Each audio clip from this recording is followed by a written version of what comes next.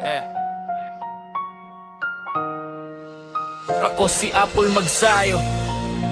Ito'y alay sa lahat, sa taong lumalaban ng patas sa bawat pangarap.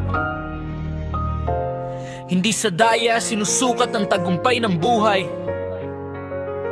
kundi sa sipag, tiyaga at pusong hindi bumibigay. Hindi kailangang manapak para lang umangat. Respeto ang bawang kahit gaano kabigat. Maraming tukso, maraming gustong mandaya, pero mas matibay ang taong may konsensya. Pinagpapawisan ng bawat tagumpay, hindi ninanakaw, pinaghihirapan araw-araw. Kapag dumapa, babangon ulit, dahil ang tunay na panalo hindi minamadali.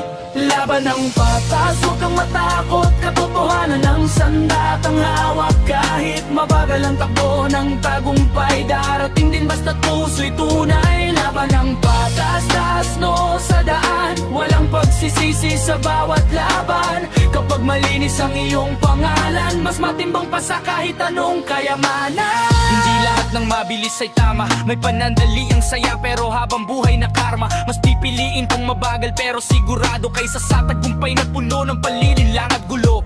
Panatilihing buo ang dangal at salita, yan ang yaman na hindi kayang nakawin nila.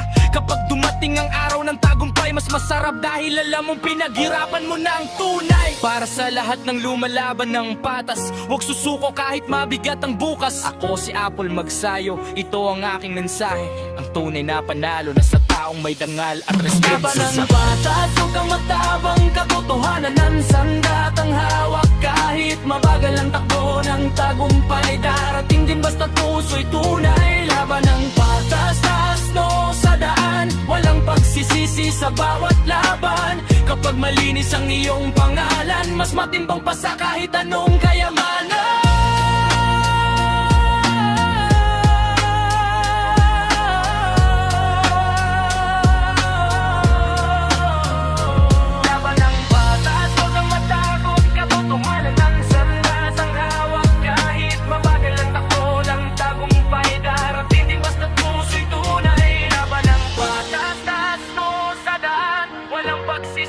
Sa bawat laban, kapag malinis ang iyong pangalan, mas matimbang pa sa kahit